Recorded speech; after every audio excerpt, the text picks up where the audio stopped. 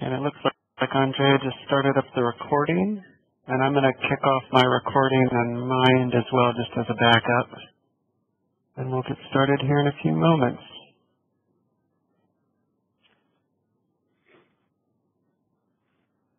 Let me share my screen here.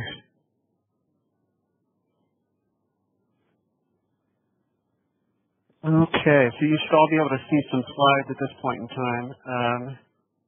And let's see, we're almost to the top of the hour. I'm going to wait here for another minute or so, and then we'll get this started.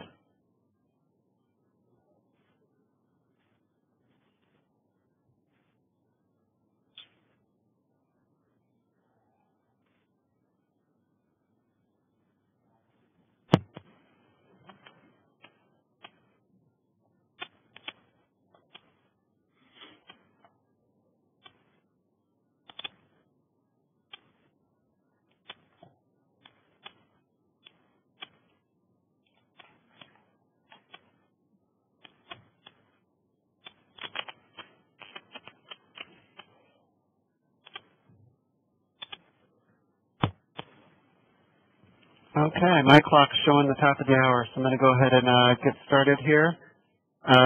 As usual, of course, this is one of our UI prototypes. Just happens to be the one that I did, but it's the same sort of spiel that we're not really judging per se on the look and feel of the prototype, but we're more looking at the underlying infrastructure to see if it's a potential benefit to DSpace going forward. And I'm going to do the same sort of thing as everybody else has done, where talk about a little bit of what I've done, give a quick little demo, and I'll try and keep that to 20 minutes or a half an hour. And then the last part we can do some Q&A or talk about any questions folks have or any other topics we want to talk about regarding this. So as you can see from my slides here, my prototype, I chose to do Spring Boot and Thymeleaf with the DSpace 6 API underneath it, the pre-DSpace 6 API, and I'll explain a little bit why I chose to do that as we go forward here. But first, a little bit about what I used and kind of why. So I chose Spring Boot. I'd never done Spring Boot before. I kind of wanted to just get a chance to play around with it. I had a little bit of experience with Spring MVC in the past, of course, and Spring Boot is based upon that technology, but it's a bit newer, so a little bit rough around the edges perhaps at times, but it's getting much more leverage in the Spring community. I found it's gotten a lot smoother. When I first started playing with it probably about a year ago, I'd say it was a little bit rough, and when I've worked more recently on the prototype within the last few months, I saw that a lot smoother. It was a much smoother experience to work with, and a lot easier to work with. So I'm not going to go through what the Spring MVC technology is, because Chineka and Roberto last week actually talked quite a bit in their prototype about how they use Spring MVC. And so Spring Boot is based entirely on Spring MVC. There's a lot that's in common with them, but there's some things that are a little bit different than Spring Boot, namely that it's about convention over configuration. So Spring Boot's a way of using Spring MVC to rapidly build Java web applications. And it gives you a lot of prepackaged Maven or Gradle plugins that you can use to rapidly kind of bring up a web application with whatever technologies you want underneath it. And I'll talk about kind of what I used. One of the things I did use, which is optional, you can have an embedded Tomcat or Jetty server so that your application actually builds into a jar that you can just execute. And it will run on whatever port you tell it to and kick off a Tomcat. And you can even have a database embedded in it if you want, although I didn't go with that option. But that was one of the plugins that I was able to select from within Spring Boot. You can select Maven plugins and just say, I want to enable this, this, this, and this. And then Spring Boot does a lot of the rest of the configuration for you. It also does a lot of auto-configuration of Spring, so you don't need all the XML config files that DSpace has right now. You can still use them if you want, because I was able to point Spring Boot at the DSpace API layer with all those XML configs, and it just pulled up all those beans. So it's totally available to you, but you don't have to do that. It also does a lot of auto-configuration of templating engines. There's a bunch you can choose from. I think there's about 6 right now, where again, you just pull in a Maven plugin or a Gradle plugin if you're using Gradle, and it'll automatically start with that templating engine. So I went with Thymeleaf just because it was kind of the one that seems to be up and coming with Spring Boot and in Spring in general, and a lot of people seem to be moving towards that, and a lot of the sample applications and a lot of the training materials within the Spring Boot pages and even the Spring MVC pages are now more and more Thymeleaf-based, I've found. So it seems to be sort of the direction that people are moving, and I want to get a chance to get familiar with that as well.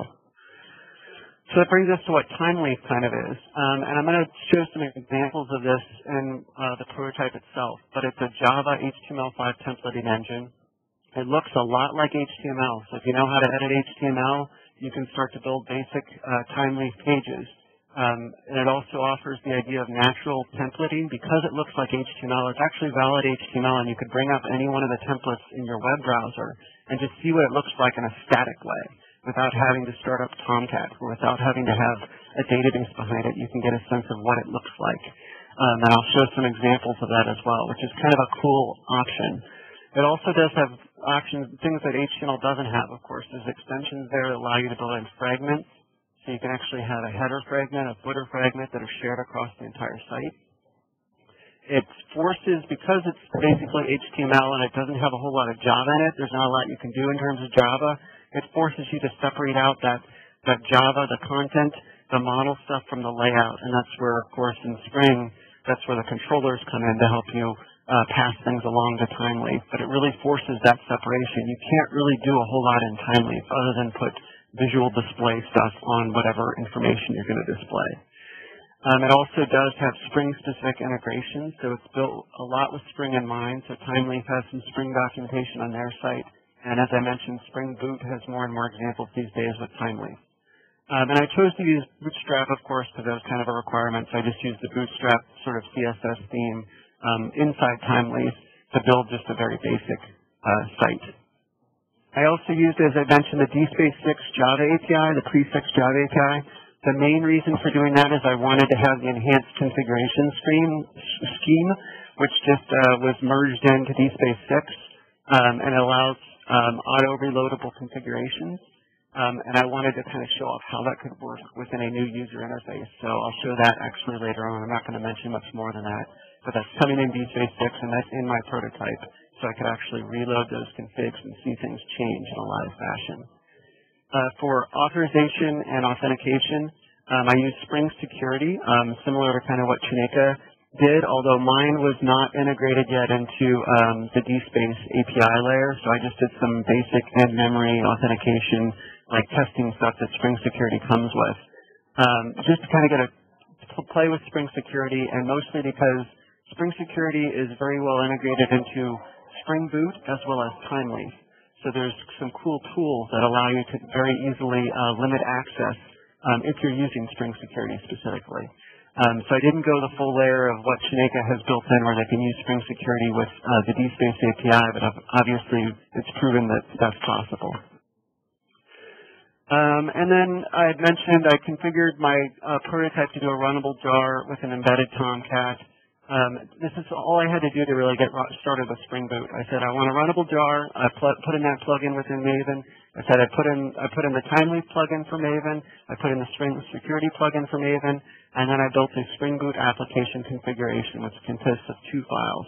And that's the very basics of how you start with a Spring Boot application. From there, you kind of have a very basic setup, and you can start creating basic controllers and views to play around with. And I'm going to show all this stuff off here as well in terms of giving examples of how I did all this. Actually, I'm going to pop over here. Let's do that right now. I'm going to pop over into what that basic setup is. Pull over to my IDE here. So here's my DSpace UI Spring Boot application. It's got a series of controllers. It's model view controller, of course, a series of controllers, just a couple models that I was playing around with. And then the views down here are in this templates folder. Those are my views for Thymeleaf. And to get started then, in terms of getting a Spring Boot web application going, all you really need is you have this application Java file and say that I've got a Spring Boot application. And this looks kind of similar to what Chineke actually had some similar stuff here in terms of a lot of the annotations. Some of these are Spring Boot annotations, and some are actually inherited from Spring MVC. But I can say I got a Spring Boot application. I want to have a couple context listeners configured, so this takes the place of the web XML. So I have my kernel, my usual kernel listener. I have the usual context listener, which we have in DSpace right now. I got a couple filters that I have defined here that would be in a web XML. And then all you do after that is you say, run my application in a main thing. And this is the executable class. So that's the extent of what you need to kind of do the basics of setting up Spring Boot. And in parallel to this, you can do some extra configuration in an external properties file, which here's my application.properties file. Oops, let me pull it into an editing screen. So in here you can define your own properties if you want. So you can set up whatever you want. I pointed it to a DSpace directory, which is where my DSpace installation is. That's an already running version of pre-6 DSpace with its own database and all that. And then there's some Spring properties in here, which you can actually use to configure your Spring Boot application. You can say, I want to give it a name. I want to tell you where my internationalization messages are. They're under this folder, and they're all going to be in UTF-8 format. When you run my Tomcat, I want it to be on port 8080. I want to have a certain context parameter, which is pulling from the DSpace directory up here. You can then say, I don't want my Thymeleaf files to be cached right now because obviously for this demo I'm not running in production, but normally it caches them so that it's not as big of a hit. And then Spring does a ton of stuff to auto-configure a lot of plugins, as I've mentioned. And these were two, at least with DSpace right now, I had to disable. So I didn't want Spring Boot going off and trying to configure its own data source, its own database backend, because we already have that within the DSpace API. And I also didn't want Spring Boot to go off and auto-configure Flyway, because we have a certain way of doing that within our DSpace API that's already doing that auto-configuration. But Spring Boot has that ability to do both of these. And if we decide to move towards Spring Boot, we could potentially enable this or other sort of plugins to allow it to spin up quickly.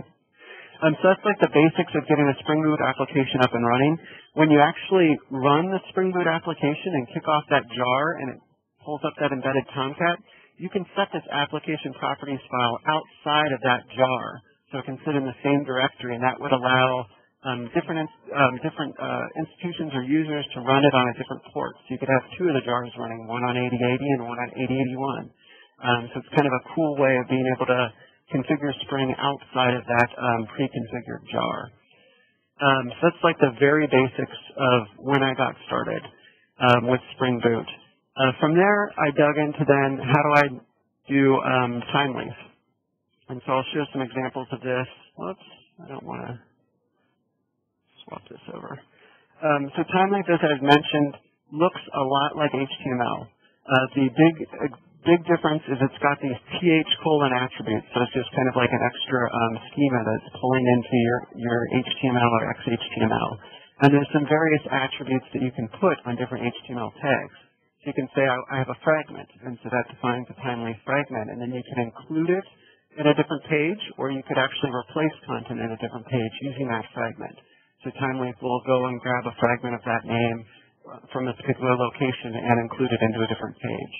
You can have a th::text attribute, which replaces text within a particular page. And you'd use this often when you're wanting to do dynamic text, like you want to pull the title of an item and stick it into an item page. It has some basic if-unless functionality, so you can do an if statement within Thymeleaf. You can do an unless statement, so if not, essentially. You can do each, which is basically a loop. It allows you to loop through Java lists or anything that's iterable, a map or an array. You can loop through objects that are passed in to that view layer so that you can actually just display them all in the same way. You can do a with statement, which allows you to actually set sort of a local variable within Thymeleaf, so you can use that variable within sort of a structured layout, which I'll show you how that kind of works. And then Thymeleaf has its own ability to kind of override existing attributes within HTML. So one example is you can override the basic HTML href on like an A tag, and you can dynamically build your links if you don't want to have a hard-coded link in particular areas. But other than that, I mean, you can stick just plain HTML into Thymeleaf pages, and it gets rendered just as it would with any other HTML. And it has some very, very basic Java call supports. within those attributes. So when you're building these attributes, like obviously with an if and an unless, or with an each, you're actually passing in some sort of Java object into that loop or into that if and unless statement. It allows you to basically do some extremely basic Java calls to get the data you want and display it. There's also some special syntax sort of expressions, of course, to be able to do anything. Within views, you need to be able to have variables. So variables within Thymeleaf or this $sign squiggly allows you to actually output the value of a particular variable. When you're using internationalization in Thymeleaf, you just stick the key inside this hashtag squiggly thing, and it'll put out the output of that key based on the internationalization. And for URLs, you can put paths within an @ symbol, and it'll output a link or a URL. So those are just some basic ways to kind of print things out within Thymeleaf. And it also provides, because it is a Java templating engine, it's Java and HTML, it provides some basic ability to do some looping within Java or Java utility objects. So there's a hashtag lists object, which lets you check a Java list to see if it's empty or do other sort of aspects on the list, like if it's like the first item of the list or last item of the list. Or you can have a hashtag arrays, which can loop through arrays or check arrays. Hashtag date allows you to format date objects. So there's some basic Java utilities within this as well. So I'm going to then flip over and show off what some of these Thymeleaf files look like. So let's go. So another thing with Spring Boot is by default, Spring Boot automatically assumes that when you configure Thymeleaf for a lot of these templating engines, it assumes you're going to stick them under source, main, resources, templates. So it's kind of got these conventions of where you put things, and that's going to automatically find them for you. So these are my primary templates here. I'll bring up the item template because it's a little bit more complex than some of the others. And this is it looks a lot like HTML, but again, there's some Thymeleaf stuff within here. So I've got a header tag up here, HTML head tag, but I have this th include, so I'm including a fragment from another location, and I'm having it build a URL for where this fragment is. I'm going to show you how this works a little bit later, but it's basically grabbing the HTML head fragment out of a layout HTML page within whatever theme I have configured. So I've got some basic theming that I built into this UI application. So I'll talk about that a little bit more. There's also the idea of a replace. So here's a replace here that allows me to replace the nav bar into this section where I want it to be. But the main meat of this particular item page then is here within this sort of container area here. So we start to see some various other sort of Thymeleaf things. There's the th text where I'm grabbing my item model and I'm saying I want the first value of the DC title and I want that to go into this H2 on that page. If you viewed this just as plain text or as a plain HTML page, you just see this my item title. So if I open that up in my browser, I don't see all the pretty formatting right now because Thymeleaf doesn't know where the theme is, or Fly HTML doesn't know where the theme is. Thymeleaf does, but Fly HTML doesn't. And you can see some samples of some of the stuff I would be printing out on a basic page because you can bring this up as flat HTML. I can replace it then with my dynamic content. And we've got a with statement here where I'm grabbing authors out of DC Creator, or if DC Creator doesn't exist, then I grab it from DC contributor.author, and I loop through my authors and place them out within span tags here. And then we've got other sort of content that I'm pulling in via various means, all with these various th attributes, which are all my Thymeleaf stuff. So if we look at that then in the browser here, go down to an item page. So this is my very basic theme. It's basically the default Bootstrap theme going on, and we can browse down through our communities and our collections. And if we go down to a specific item then, so here's my H2 that's been replaced into here with the actual header title of the item. I've got my authors in italics and my emphasis tags, which were up here somewhere. Oh, here's my emphasis. So I've got my emphasis, and then I've got my list of things on one of my actual files and my other sort of information on here. So this is my basic Thymeleaf page for an actual item, of course. And the same thing, of course, with the collections, communities, and all that sort of stuff. That's kind of the basics of how this all works. The other thing I did want to mention here, I did do some basic theming.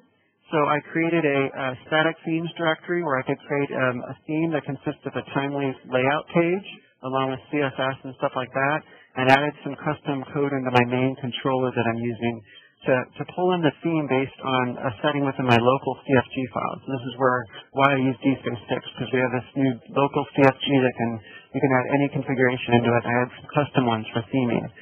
So by default, what I'm doing here in my actual UI is I've got a default theme that's getting pulled in, which is over in my static themes default, and it's got a basic layout, and so this is where my fragments are defined for Thymeleaf. So it's an HTML page, of course. I've got a head layout, which defines all of my JavaScript and all that sort of stuff, and pulling in my basic styles and my bootstrap, all that sort of stuff, and it defines this fragment called HTML head, which then I can import that into the item page over here by referencing that I have this HTML head. I've got my navbar, so this is another fragment for my navbar, which has all navigation stuff within it. And then I've got, let's see, and it includes my breadcrumbs right now. I just stuck that into my navbar. I've got just some sample content here, which just can be displayed when you view the theme. And then I got my fragment for my footer, which just puts the footer into every page. So if I view this theme, I can actually go in and look at the theme in the web browser. And so this is the flat HTML of it. It looks pretty similar to when it's running live. That's the live page. That's the default theme. And so you can kind of build these themes then that look like flat HTML. I've got another one called Blue Header. I just view that one in my browser. It looks a little bit like Mirage 2. It's got a blue header, but it's still similar to my default theme. So you can kind of build these just, again, as sort of static HTML pages and stick in the Thymeleaf stuff. But then what I did in my prototype is so I have the ability now, I built a little controller. My DSpace, all my various controllers are built off this DSpace controller. And in my DSpace controller, I've got it defined as a controller, again, basic Spring MVC. I'm pulling in my environment, which is that application.properties file from Spring Boot. And I can start to define some things that I'm passing into every single controller and every single view. So this is where I kind of define things like my breadcrumbs. I'm figuring out my breadcrumbs that I'm going to build for each page. I'm also grabbing the default theme out and looking to see if the default theme has been overridden by a theme property in any way. And so what that allows me to kind of do is down in my local.cfg file. So here's a local CFG for DSpace 6. It looks mostly like the DSpace CFG. I've got my normal DSpace config stuff where everything sits. But at the top of it, I stuck in, I'm using this default theme, the DSpace.theme. I'm using the default one, so it's going to grab stuff out of that default directory. I also stuck in this ability to, based on the handle, I can switch my theme around. So I've got a blue theme, blue header theme, and a red header theme. If I uncomment these, so then comment one, and I go to this handle. So let's save that, and we'll go to the 10673.2. Just refresh, browse down here. Oh, there we go. So here I'm at that handle, and I'm at a blue theme here. Everything underneath this, I have it set up so everything underneath that collection is going to inherit that theme. But if I go above it, I'm going back to my default theme here. Similarly, though, you can also change the theme of stuff underneath it. So if I go down to I got a handle 3.1 here. I'm going to change it to a red header. And it's just one of these items. Let me see which one's the 3. Here we go. So now this item is a red header, but all the other items under here still inherit the blue header. And similarly, I could change the theme application-wide. So while I'm doing this down in a config file, the one thing to mention here is that with DSpace 6, this is all getting loaded up through Commons configuration, which means we actually could stick these configurations in the database layer as well, because Apache Commons configuration allows for this to be in the database layer. So I'm simply just doing it in the flat file fashion, but if we wanted to in the future, we could build ways to manage this from the UI. So if I change the default theme overall to the blue header, and just go back to my page, and I've got the blue header across my entire site here. So that's kind of the basics of that. I've got to speed through here because I'm kind of run low on time. So that's kind of the basics of theming. I noted that the layout has my fragments. You could actually split this into separate sort of header files, footer files if you wanted to. You can have it all within one file, or you can split it out. It really doesn't matter where you put those fragments. You just need to know where to kind of reference them from, so Thymeleaf knows which file to look in for the right fragment. And Thymeleaf can select fragments by name, so I named all my fragments, but it can also do things like DOM select, so it can select things by the ID.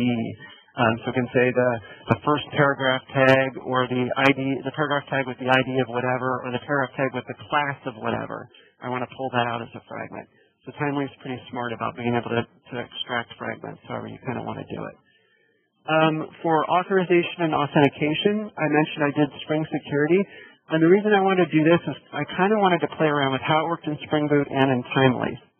And I'll show you kind of why that is, because it's really kind of smooth and nice, a nice way of dealing with things. So I used it in test mode. So again, I didn't put it into the DSpace API. I just have it in-memory auth. I'll show you what that means. But the entirety of my authorization authentication right now is in one Java class, where I define all of my rights, which is kind of a cool concept here. So I go to my web security config. It's just another configuration file within, so here I've got a configuration file within Spring Web MVC or Spring Boot. And in Spring Boot, I'm saying I'm going to enable web security here. So this is my web security configuration. And this is just kind of saying I'm going to kind of customize the default access roles for my web security. And you'll see down here how I kind of did that. So I can override then some of the methods here. When I do this, there's some examples out on the Spring Boot page in terms of how you can do this in Spring MVC sort of pages as well. So right now I'm saying I'm going to ignore any authorization on CSS, images, WebJars, which I use WebJars to pull in Bootstrap stuff, or robust.txt. Don't do any authentication on that at all. Down here, though, I'm saying, okay, now I'm going to say, I'm going to define some expressions here where I do want to have authentication. So any page that starts with edit or ends with edit, you need to at least be a user role. So this is just a role I made up for my example. You need to have that user role. Any page that starts with admin or ends with admin, you need to have an admin role. And these are paths, of course, that I'm defining. And then anything that's a layout page for my themes, I'm going to deny access just because I don't want people to be able to see how I built my theme. So it's just closing down read access to that theme layer, since it would be, by default, it would kind of pop up because it's stuck under these, what's it called? The static folder is automatically visible to all within Spring Boot. So those are my expressions of where I want to put authentication or authentication authorization. And then I say my login page is available at /login. Anybody can go to that, of course, and anybody can log out once you've logged in. Down here, then I'm going to define a role hierarchy. So I say I've got a role called role admin. It's going to be greater than a role object admin, and a role object admin is going to have more rights than a role user. So I'm just giving a hierarchy to my roles. And then down below here is where I give some roles. I didn't use the role object admin. I meant to get to it, but I never actually got to it.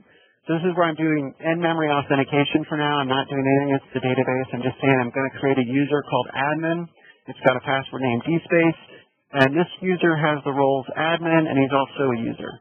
I got another one called user with password DSpace, and this is just a user role. And so that allows me to build a couple users that have different access rights based on my definition in this configure override here. So I'm going to show that really quick, and then I'm going to get to Q&A. So we can sign in here from our application. If I go to my user role and just log in as DSpace, okay, I'm signed in as user.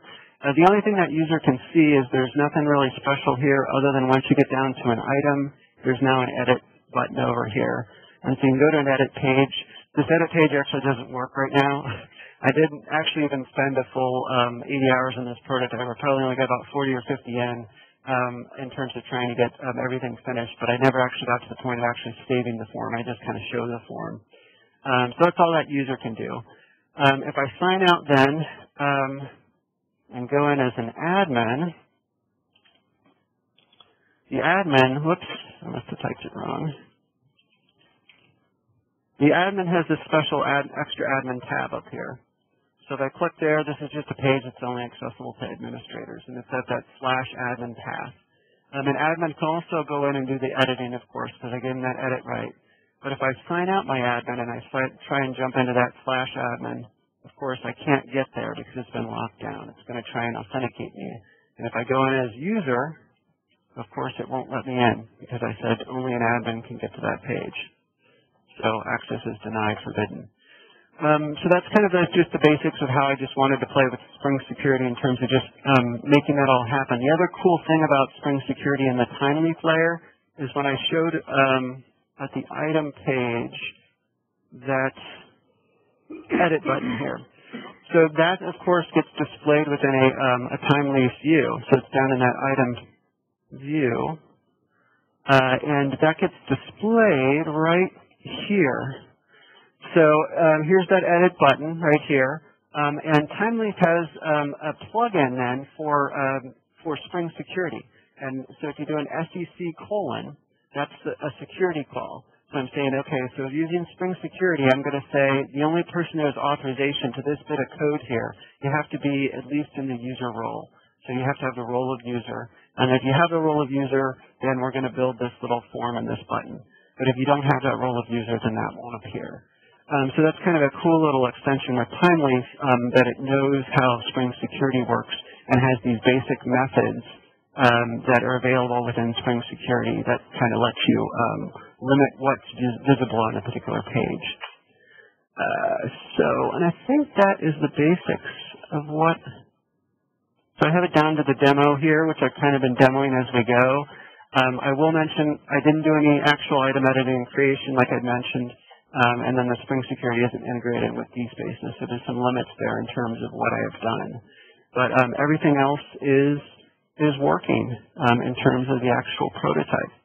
So I think I'll pause here since we're at a half an hour and see what questions there are, or if people want me to show off specific things that I've done here. If there's something you want more information on, I'm glad to kind of talk through this more. But I want to pause since I just threw a lot of information at you.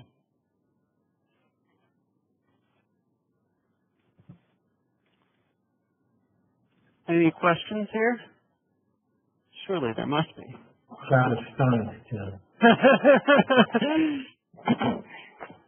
is Art from Atmire. And I was wondering, if you take a look at those templates again, like for your item page, it all seems to start at HTML and they have a body tag, and I noticed you can include the partials you created that depend on your theme. This templating language also has something like a yield tag, as we discussed that Rails had it too. Peter showed it. Does Thymeleaf have something like that, where you create the frame in a main template, a master template that's shared between everything else, and then you yield the responsibility to a sub-template that can just render the subject it's responsible for? To be honest, Thymeleaf kind of takes the other aspect of being able to make visible HTML pages. Their whole goal here is they want you to be able to hand off these HTML pages to your to some designer, any designer who knows HTML and CSS. And so you could basically hand these all off and say, here's just build me an item page, and they can kind of just build an item page and do all that, and then you can add in all these TH tags after the fact. So I'm not sure. I haven't seen examples of the yield in Thymeleaf. I have to go and look for sure, but I know that a lot of what they want to have is this ability to be able to do the static views. And there's actually tools that they have that can pull in this case, of course, you don't get the full theming since I've got my layout page separate, but they do have a tool, a JavaScript tool that with Thymeleaf that you can actually pull in the header and footer using JavaScript. But I've not seen any good examples of actually the full yields. So something maybe to look into. Okay, thanks. This is Jeremy at Texas A&M. Can you hear me? Yep. All right, awesome. I have a question about the Apache Commons configuration stuff, which is super cool, being able to edit that stuff at runtime. I was wondering if it was possible to expose like the in-memory representation of that configuration to the UI and do those changes there as opposed to in the document. Yeah, so that's That's actually not a feature of this prototype, but it's coming, well, the Apache Commons configuration underlying layer, the stuff at the API level, is coming in DSpace 6. It's not going to be exposed to the UI at that point. But my hope is that when we build a new UI, whatever platform we build it on, we could expose those tools at the UI layer, because Apache Commons configuration supports having config files down in just like plain CFG or properties files, which is what I'm showing here. And how it's configured in DSpace 6 is just with plain property files. But it also supports being able to store those configurations within a database table or an XML configs, I think, and there's a couple other ones. There's a bunch of places it can pull configs from. But my vision would be that whatever we use for the DSpace UI, it doesn't really matter, whether it's Y Prototype or anybody else's. You could expose it at the UI layer just by moving more of these configs into database tables and telling Apache Commons configs, these ones are over here in this database table, and those would be much more live configs that you could then just pull up and edit from the user interface. There is also some ability within Apache Commons config to actually write changes down to config files as well, so you don't have to stick them all in the database tables, where it could actually write out config changes back to your config file.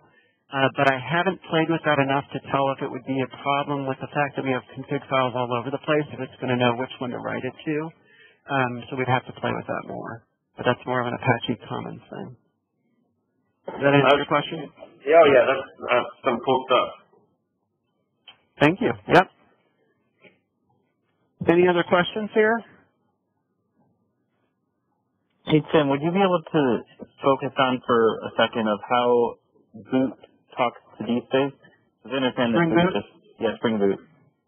Because you specify a config, or you specify your DSpace directory, but I guess just give a quick run through. Yeah, so it's basically doing it through the same way that any of our DSpace web apps work. So if you recall, our DSpace web apps, and you're going to be testing my memory here a little bit in terms of which listener it is. Oh, it's the kernel servlet listener, I think it is. So all of our DSpace web apps, even in DSpace 5, and the web XML, there's this kernel servlet context listener that gets loaded in all of their web XML files. So this bean right here that I'm defining, this is actually doing that same thing. This is taking the place of that web XML and saying I want a DSpace kernel servlet context listener defined for this web application. The other trick here is that in my application.properties, another thing we tend to put in all of our web applications, or web application web XML files, is a context parameter. So there's a context parameter in all of them called dspace.dir. This little syntax here is the fancy way of doing that in Spring Boot without having to code it into Java. You can just say, I've got a server, I want a context parameter named dspace.dir, and the value of that is going to be whatever my dspace.dir setting is up here, which is where my actual DSpace directory is. So between these two files, that's basically generating that web XML that you would normally see in a DSpace web app with that kernel context listener, and then passing it the directory, the DSpace.dir that you're working with. And that was the extent of it. After that, our DSpace kernel kicks in, and it brings up against that DSpace directory, and then the kernel knows where to look for all of our Spring configs, and so it auto-loads all of those beans as necessary, and they all get loaded into Spring Boot. So that's how it all kind of connects. And then you've got all of the standard DSOs available to do whatever you want with them. Yes, so then if we go into like an item controller, I didn't get into controllers much. So in the controllers, so I'm defining a controller here. This is kind of similar to the Spring MVC stuff where you can say this controller is mapped at /item. I can pull in my handle service here, so the handle service is getting pulled in by my DSpace controller that I have inherited everything. I'm using the handle service to resolve an object, get my DSO, and then I'm checking to see if it's making sure it's an item. If it is, I call display item homepage, which is a method down here. Display item homepage takes that item object, the DSpace item object, and creates a little item model, which is just kind of a simpler model object that I use in my views, so I don't have to deal with the full Java stuff of DSpace trying to get the metadata out. And so I create this item model object, pass it in as an attribute, which makes it available to the view. And then I'm also grabbing from my item object, I'm grabbing the item service from DSpace, getting all of the bundle names here and grabbing all the bit streams out of the first content bundle. So I'm saying, give me all my bitstream objects, and I'm going to add those into the view as the name bitstream. So I'm getting this item model object and this bitstreams object, and then I'm going to pass this on to the item.html. And so in the item.html then is where I use those objects. You'll see I use the item model object. It's just got some easier get metadata values methods where I just kind of grab all the metadata out and be able to grab specific fields easier. So that's how I'm using that item model object which I created.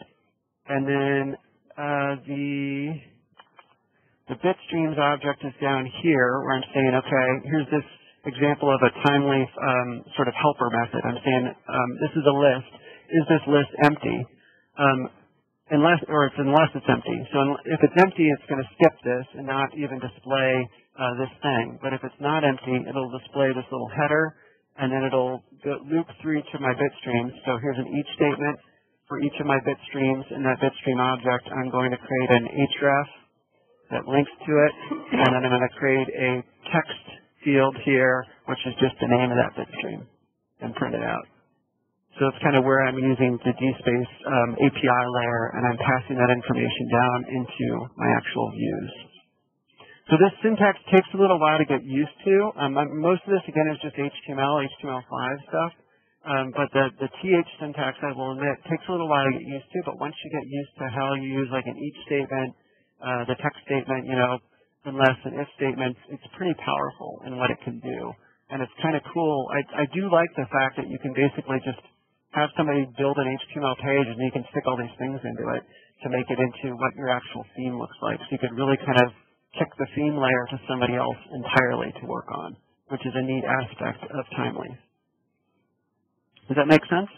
Mm-hmm. Yeah, your TH is, if you just say you just viewed this in your browser, it doesn't compile, but it doesn't not compile. Exactly. It's still valid HTML, XHTML. So Thymeleaf does expect it to be valid XML.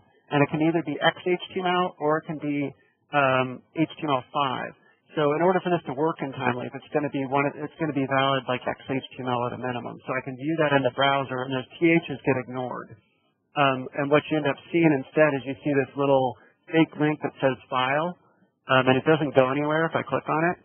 But that's being generated because it's kind of dummy content. So you have a dummy href here, which just goes to a hashtag, and I'm replacing that with a Thymeleaf href, which is the full link. And then I've got a dummy word here, which is just file. But that only gets printed out when I view it as that source page. And that gets replaced by the bitstream name, because this text thing replaces what's in the tag with some different text. So it kind of allows you to be able to build that theme easily and then replace stuff in it. And the same concept throughout here. So you'll see like dummy text for date and just some dummy date. But here I'm actually grabbing out the date issued and defining a variable named date here, the with variable, and then I'm printing out, here's actually an example of internationalization.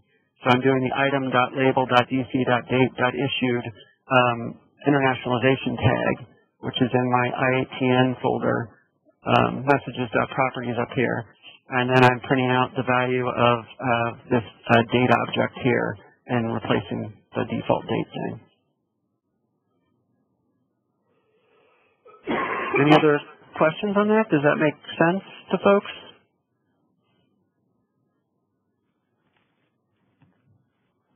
And it is kind of cool that, you have this IATN built into Thymeleaf and Spring Boot. You also have this idea of static folders. So I can just stick stuff in the static folder and it's automatically just available there. So there's things like that that are built into sort of Spring Boot and brought down to whatever templating layer you use, whether it's Thymeleaf or anything else, to just make it easier to kind of have certain things that most every web application wants.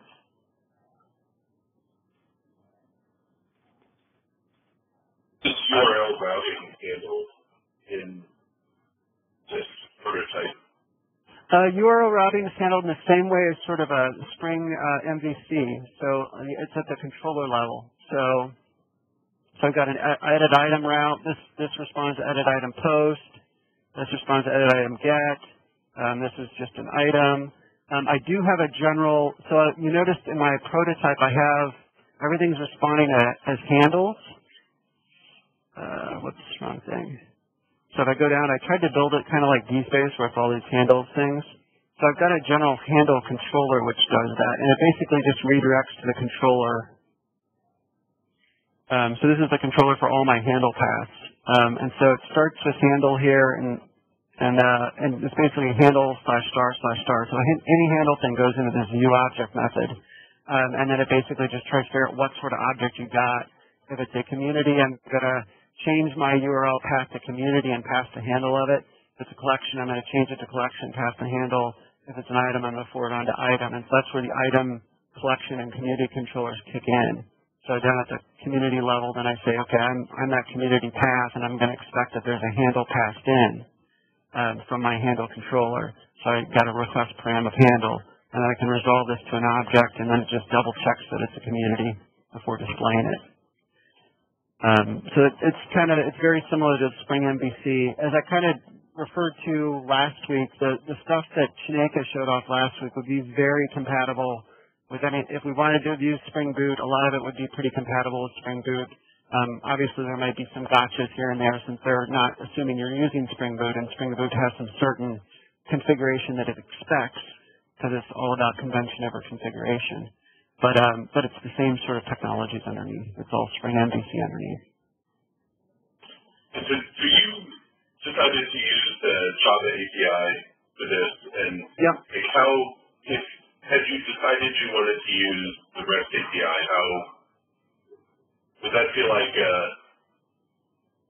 bad synergy with this technology, or just a different choice?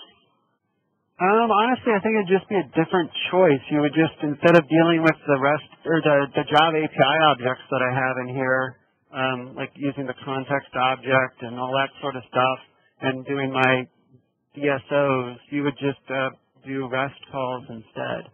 So it's all about, it would just be changing the controllers mostly. You'd be changing your controllers to make REST calls instead of Java API calls, and you're still trying to gather the information you need. The only catch, I guess, is that you want to, if you're doing REST calls, you're probably going to have to figure out find some way to parse out the response, of course, the JSON or whatever's coming back to something you can pass on to the view. So you might have a little bit more beefed up model layer here where you could pass in the response from REST into a model layer that can then kind of parse through that and give the view the information that it needs.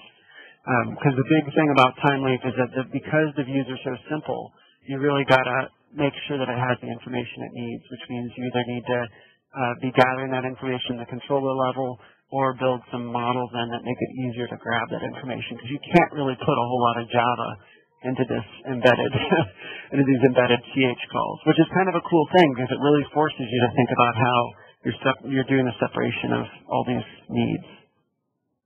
Well, I think that's the number of times I wish there was a static file I could pass on to somebody else to help with. Yep. Yeah, so it's pretty cool here. And you could just tell them to ignore the TH tags, or you can even rip those out initially and say, give me a static HTML theme page.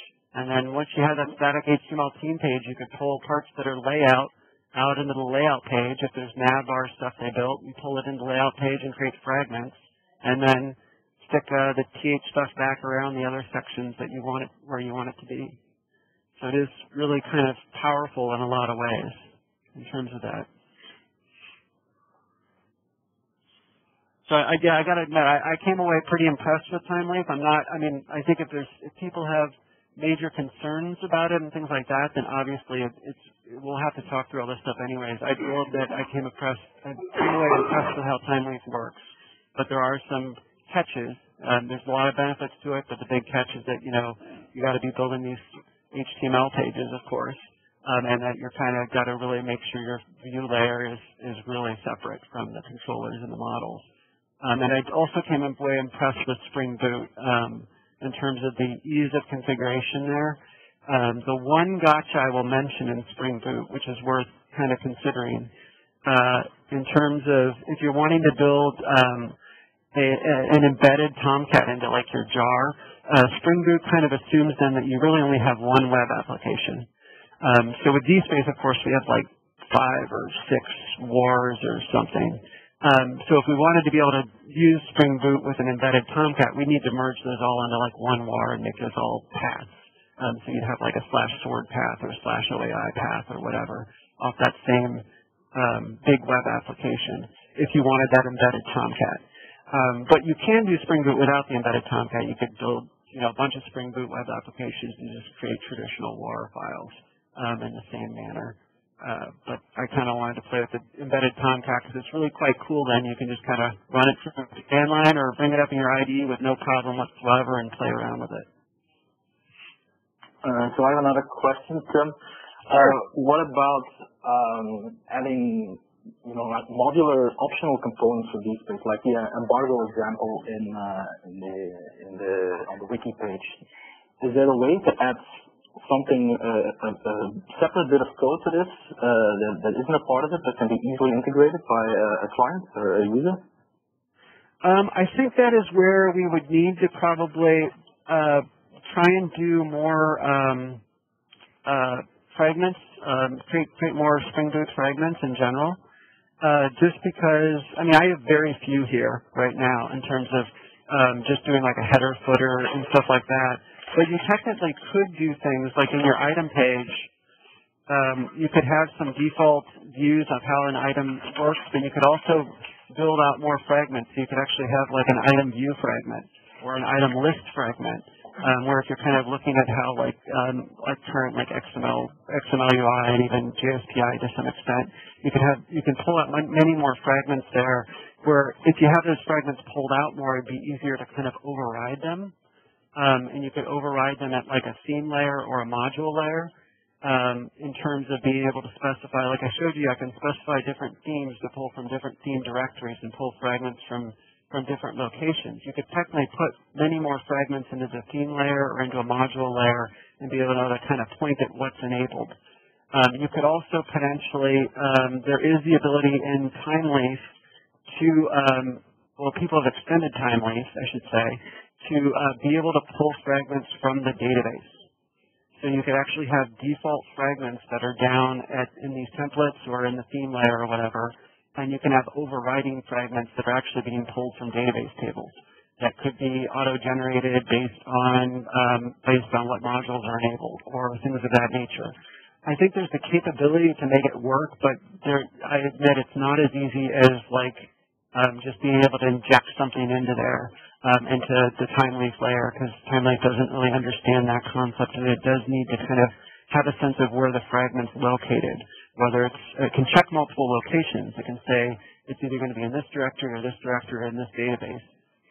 So it can go to each of those places and look for it, but it's not smart enough to be able to, at least not by default, to inject that information from elsewhere, unless we built a new Thymeleaf template locator, I think is what it's called. So we'd have to look into it more. Okay, so the potential is there, but I haven't done it. Okay. Yeah, I haven't done it. I admit there's a lot of things I haven't done. I think there's a ton of potential here, but I haven't proven this out enough that it can fit every single use case that we want to throw at it. But I think there's a ton of potential. Good to know. Yep. This is A&M again. I had a quick question. And it might be an obvious answer, I don't know, but I just wondering where you saw client-side scripting, kind of the role that it might or might not play in this technology stack. So you mean just like JavaScript scripting, any sort of client-side stuff? Yeah. You could do it. Technically, you could put more client-side scripting into here to build more of the pages if you wanted to. Because Thymeleaf is really just HTML underneath here, and it's pulling in whatever JavaScript you want, and you can modify the JavaScript at the item HTML page if you just want stuff that's item-specific, or you can do it site-wide and like the layout sort of stuff. You could do as much or as little JavaScript client-side stuff as you wanted. So it's really, there's not a limitation in terms of that, and it would be up to us as to how much of the page we wanted to build via JavaScript versus via sort of these more flattish HTML templates within Thymeleaf. Because Thymeleaf can, of course, make those JavaScript calls as well, or you could do it in whatever other templating engine you wanted to. there's no limitation I see. It's just a matter of the decision points. Does that kind of make sense? Absolutely. Yep.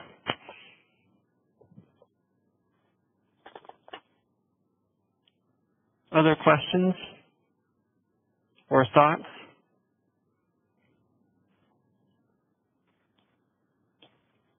Trying to remember if there's anything else I wanted to show off here.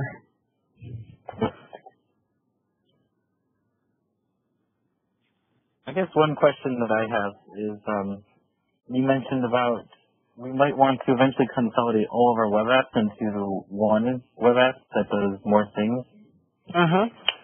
I mean, so I've been thinking something like that. Like, what do you do with, why do we have two stores and an OAI, REST API, what else do we have? We used to have an LNI and then the web app. So it's a lot of web apps to deploy. It is. I'm just wondering, like, what could you do? So your app could actually be fine without any of the other DSpace web apps.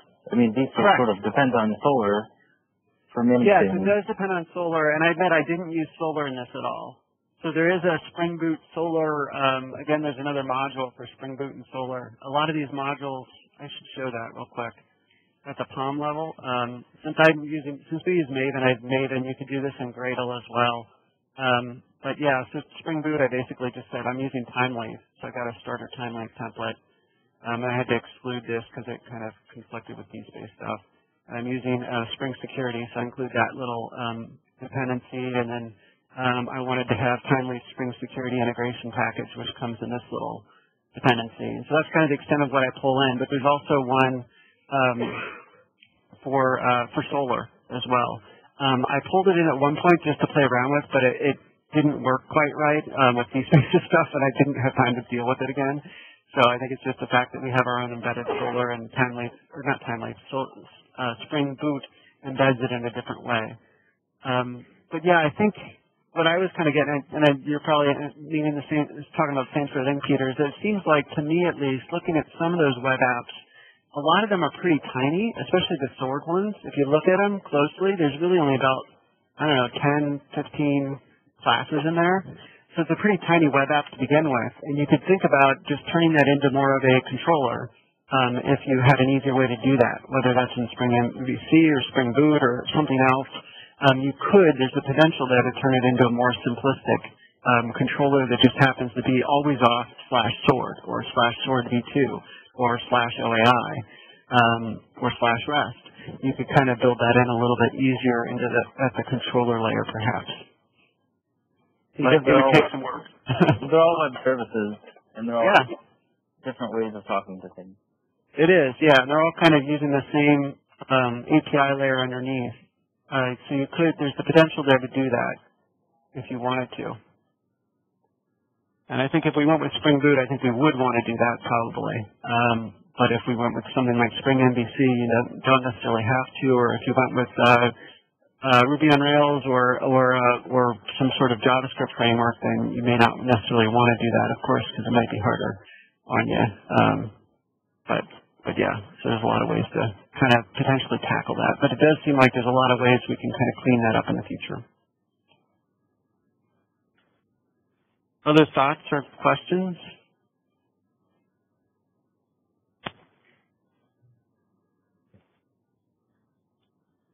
I notice we only have a couple minutes left here. And I don't think there's anything else I had to really mention here. I don't have a demo of this up and available yet in terms of a live demo, but I do have the code up, of course. And again, you do need to have it running. One thing I'm planning on refactoring against the latest of DSpace Master. It was running against, where did I put it at? There it is, at the top here. So it was against DSpace Master as of like November, and I added in the Apache Commons configuration at that point in time, but as of just Friday, Apache Commons configuration got merged into DSpace Master. So I want to refactor this DSpace Spring Boot that I have here against the latest master. So that basically what you just do then is if you wanted to play around with this, you could pull down the latest master. You'd have to add content to it because there's no way to add content through this UI. So you'd have to either have existing content or bring up the XML UI or JSPI to add some quick content. And then from there, it's pretty quick to get up and running once you have that DSpace master and the content there in terms of just pulling down this particular project and CD to the DSpace UI subfolder, edit your application to have properties if you need to, and run the module and either run it from, or build it and then run it either from command line or just run from the IDE. And if you run it from the IDE, you just point it at the application class to be able to just run it in the IDE, which is what I'm doing actually right now. I just kind of ran this application class. But yeah, so that's what I did, and I'm looking forward to feedback on it and what others think about all this. But with just 1 minute left here, is there any last question or thought here? Otherwise, we will close up the session shortly.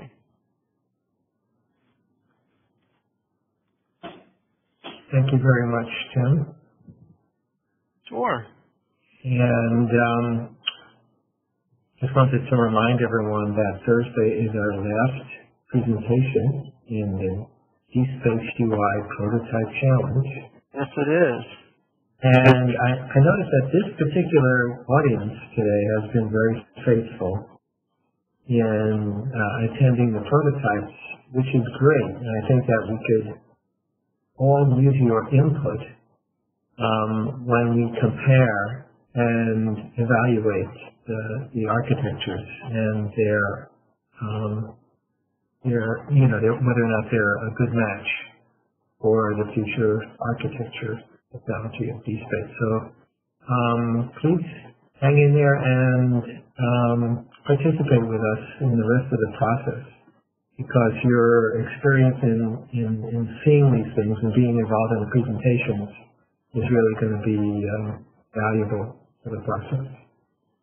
Definitely. Yeah, and I'd also remind folks, too, that there is the opportunity to mix and match stuff here. So, as I mentioned kind of last week, I think most of the same people were on last week, but there's an opportunity if there's multiple prototypes that kind of mesh pretty well together, we could mix and match different technologies based on what we kind of liked to build our new UI. And as Jonathan mentioned, the last one will be Thursday at the same time, and it's Jacob Brown on Thursday doing prototype number 5, Java API, Jersey, and Twirl. So that will be our final presentation, and then after that we'll get all these talks up and we'll start the review process.